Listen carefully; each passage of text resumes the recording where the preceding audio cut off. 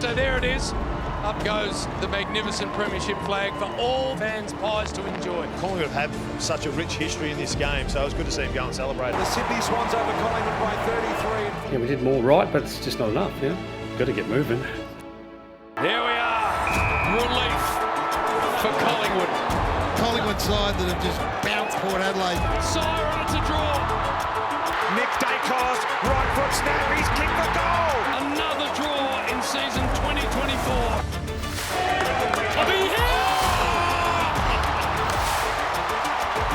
We've been fighting, and we're maybe not quite good enough here or there in the last few games, and it's been a tough period for us. Catch win. Really took it to us today, and we just didn't have the answers. We're a team that's spent the better part of 2.5 years building a culture about being winners. You can lose and still be winners, and we're right on the edge. And the Pies prevail for Pendles. The Sydney Swans have kicked 5 in a row to come from the clouds. Shields! Rampant! There's another one for the Pies. We'll pick ourselves up, and we won't do this alone. We'll do this together, so. Thank you.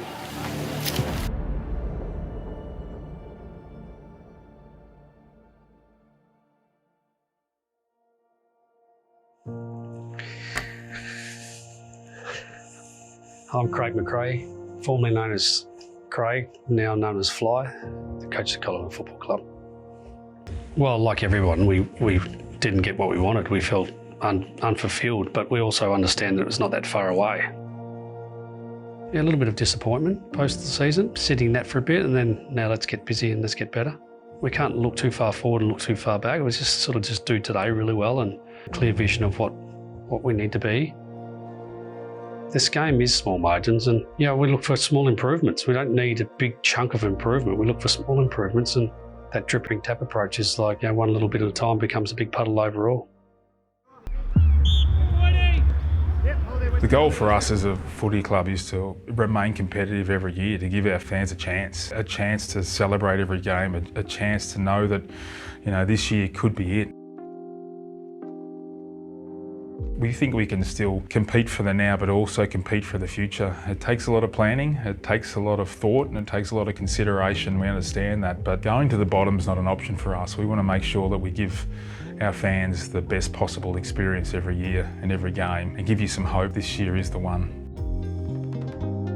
Well, when you are the biggest club in the land, there is always going to be pressure. They'll be under the microscope from day one, but that's not unusual for the Collingwood Football Club, and that's something I think under Craig McRae's leadership, the club is really great at embracing the hype. They embrace the pressure, brought in a couple of really handy recruits as well. So the pressure will certainly be there. Every good premiership team has a good premiership defence. So it was always a target for us to build depth, and having lost Nick now permanently to the midfield, we always felt we were short in building the depth in our defence, and to get Dan was huge for us. It's a ready-made expert player for the next 5-6 years at our footy club. There was so much conjecture about where he would land during the trade period, and in the end Collingwood got it done in a mega deal, and it's certainly going to reap rewards. And he is the coup of the season. Harry Perryman has come across from the Giants, played predominantly as a defender, but I'm really curious to see where he might play at Collingwood. Is it maybe up on the wing or pushing into that midfield a little bit? So it'll be interesting to see how Craig McRae uses Harry Perryman, but one thing for sure is he's a very talented footballer and should fit nicely into this Collingwood lineup. Tim Membry, a forward from St Kilda, who imagine him as a third tall or a second helping out in that forward line. That's certainly something that intrigues me. Very high quality, experienced individuals into our club gives us a good boost going into the next season. Post the free agency and trade period, you start to look then to the draft, and we knew that we had to fill some needs at the ends of the ground, and we're able to get that done with Joel Cochran and Charlie West as our bookends, key forward and key back potential for the future. And then right at the very end, Will Hayes, we're lucky enough to slip through, and we feel he's just a high quality player. We're a real excitement machine. I think the Collingwood fans are going to love watching him play on the MCG. When it comes to 2025 expectations for the Pies, I think you would write them off at your own peril. Yes, there is an ageing list, but it's still a very, very talented one, and they should be pushing for finals to get back into the 8. In fact, they should be contending for the premiership once again, in particular with those new recruits. Knowing in the back of our mind our best is pretty good and our best is going to be good. Like all of you, we set it up, and then after that we hope and pray and support, and I'll have a little bit less control on game day, so that's going to be pretty interesting. I don't know how I'm going to go with that. Maybe more yelling and screaming on the sidelines possibly. Who knows?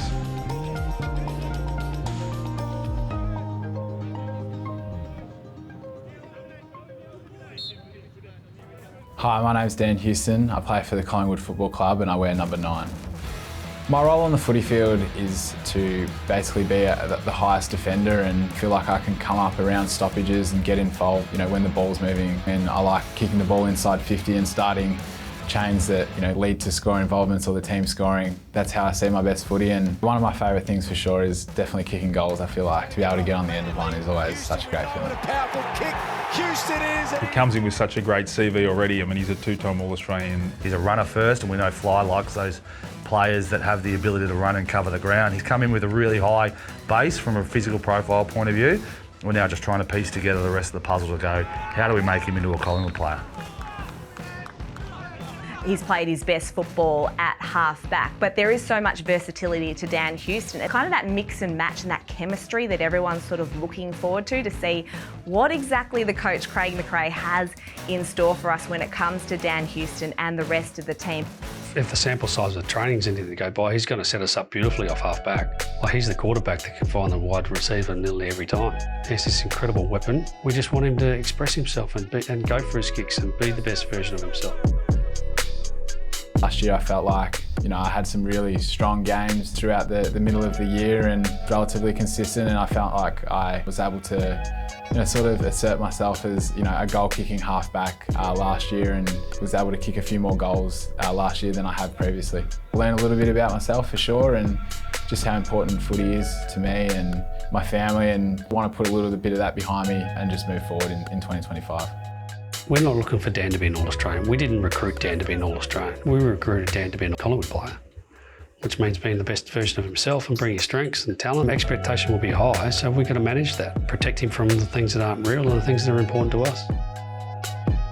There's a lot of eagerness and hunger in the group to bounce back from last year and get back up the ladder for sure. And I want to buy into that too. I'm super hungry to achieve the ultimate success. Being close a few times, but I feel like I'm looking to buy into that too, and think if I can play with freedom, build the connections with the teammates, the coaches and the game plan, that's what I want to achieve, and I have no doubt that will give me a good base going forward for the years to come too. But one thing for sure is that he is a star of the game, and he's certainly going to make a big impact at Collingwood.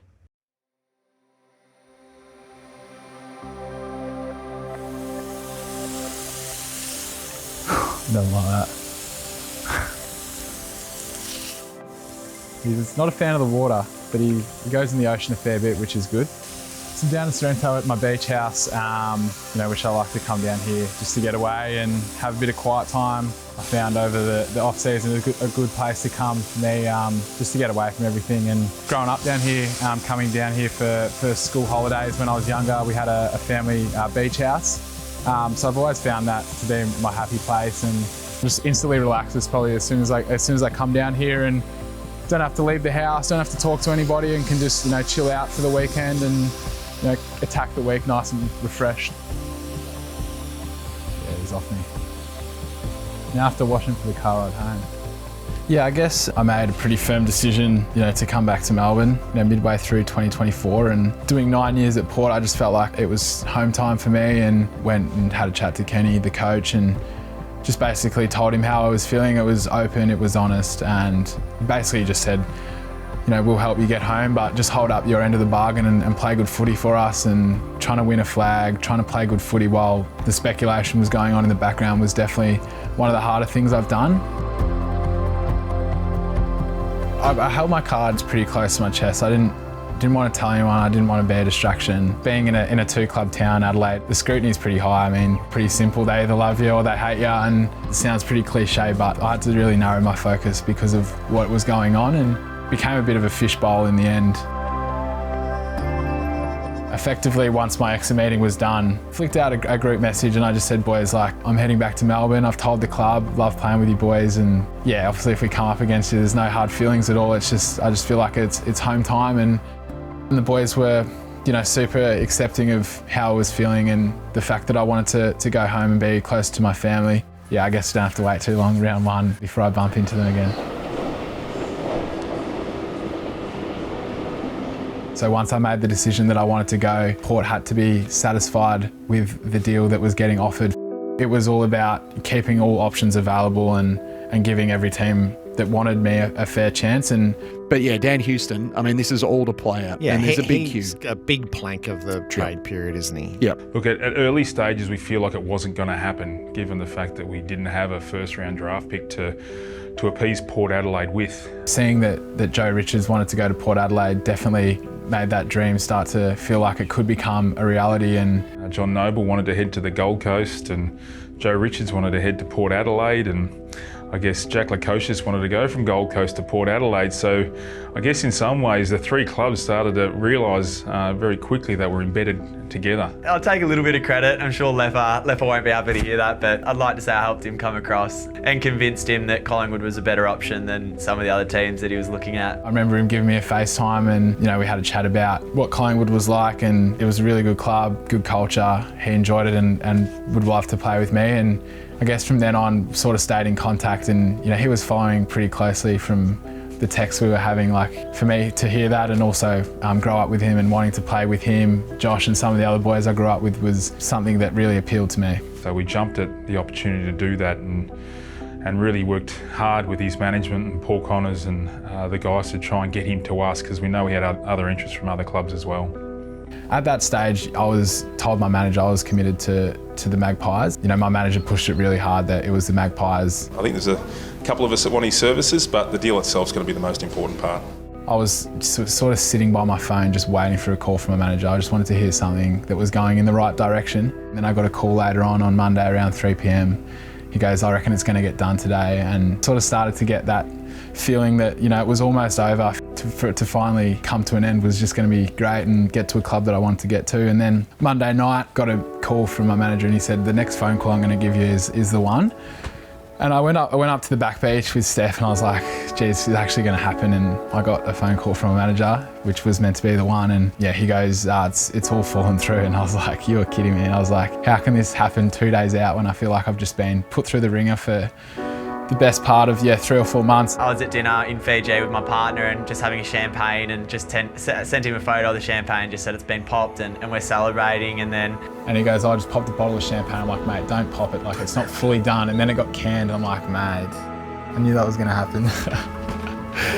The next morning there was a bit of confusion coming out of whether the trade had been done, so I think it was a premature popping of the champagne. Yeah, I barely slept that Monday night, just not knowing what was going to happen, whether it was genuine or not. And then Tuesday, it was just phone call after phone call and waiting by my phone for a long period of time.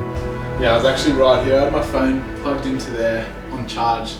So I was on it for about 8 hours leading up to it. Had it on charge and then, got the phone call here, and once I got the phone call and everything had come out, my phone stopped working for a bit, but this is where I got the call, which is pretty cool. I remember messaging Fly and telling him that I was, committed to playing for the Pies. Super excited to be at the Collingwood Footy Club. Playing for the biggest club in the land in Melbourne, where I'm from, is a dream come true, and I'm looking forward to playing for the Pies in 2025. Everyone's going to know now that the train went through.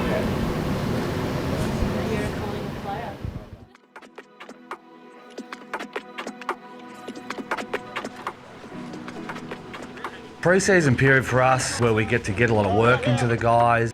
We've got a long build-up over 13 weeks before we start playing any sort of competitive football against another team. So it's about preparing the bodies, the minds, to get to that point and being able to last not just one game, but the 26 games over the course of the year, and that's the tricky part. We're looking for players to be ready to perform. Putting players out there really to be ready to be their best, that'll be our focus. The great thing about this group is they're intrinsically motivated. They do it for themselves. They get themselves out of bed and rush in to do an hour prep before the session starts. They're the ones driving the standards. We've created a platform and environment where Ideally, they're shining or flourishing within it. The thing about this group is they are very motivated. Yeah, so we got the French test 30-15, which we've done for the last 2-3 years. Not much fun, probably 6-7 minutes of pain, but we're gonna try and win it again. There we go. Come back to me in half an hour, see how I'm going. From what I've heard, Q's pretty good at the test. I've never done it or seen it, but I think boys saying Q will get the job done. Keep an eye out for, well, Isaac obviously has won the last 400 of them, so he's always a safe bet, but I think Jacob Ryan is a little smoky. Rock on, let's have some fun. Can't go past my boy Q. I think he's got it in the bag. You know why Isaac's in a good mood? Do you know why Q's in a good mood? It's because he knows he got that in the bag. He got it in the bag.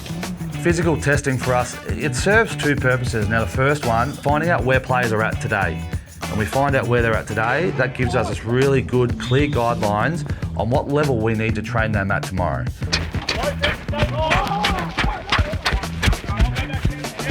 And then being able to individualise the program so that we know we can get the best benefit out of the training that we're doing, maximise the time we've got with that player, and be pretty well guaranteed that we're going to make them fitter, faster, stronger. Do your best efforts to max out, because that gives me a really good guide on how I can plan the next 4 to 5 weeks to make sure that you improve and get better.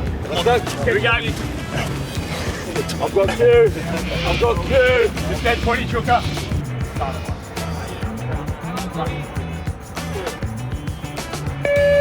Running speed 12.5.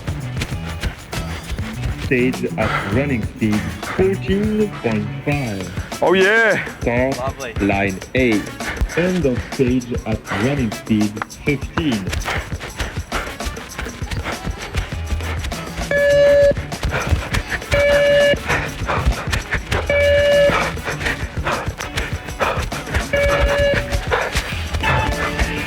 End of stage at running speed 19. Next start, line 8. Yes, lads.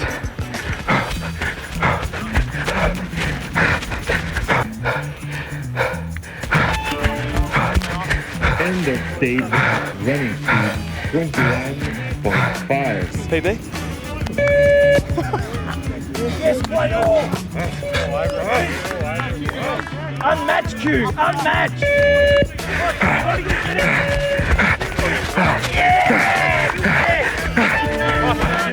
End of stage at running speed training 3.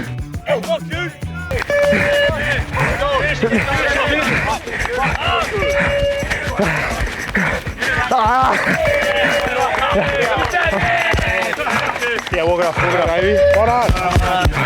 So good. Well done. Well done. Yeah. Great stuff. Thank you, man. Let's go over together.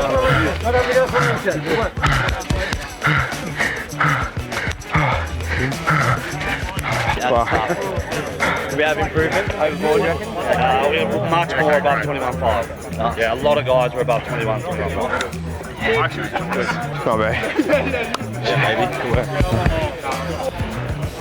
Guys, was going to be tough. I just had nothing to give in the last one, but 22.5 I'm hoping, so it means I beat last year's.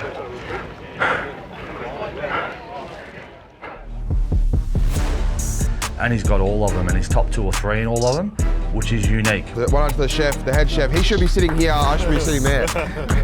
Scared to Well, what you just did outside, from all reports, was amazing. Actually pretty nervous. I'm on the white line. That's what we do, baby, that's what we do. But this group just keeps on amazing us with their mindset.